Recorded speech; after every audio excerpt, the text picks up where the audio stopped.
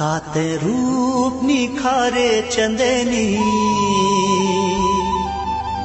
चेहरा हीरा सही झिलमिलावत रे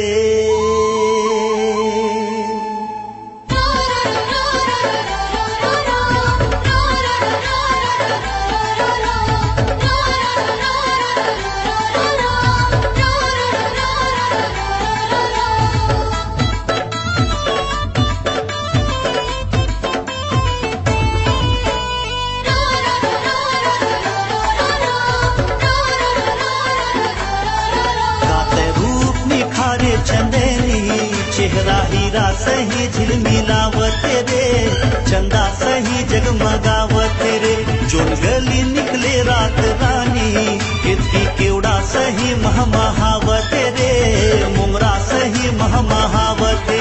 प्रेम नगर के राजकुमारी तोर होठ पूजा के थारी प्रेम नगर के राजकुमारी तोर होठ पूजा के थारी तोर खुशबू मन गुदगुदावत रे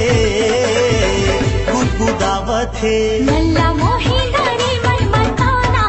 मोला बही बरन मन हालागा तेरे बही बरन मन हालागा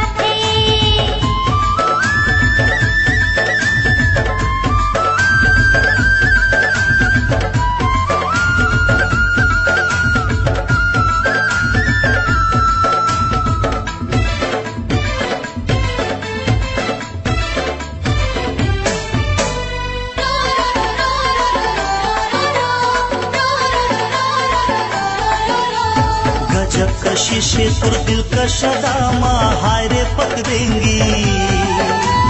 रेशमी रेशमी चूम लेते हो तोरे बदन गुलाबी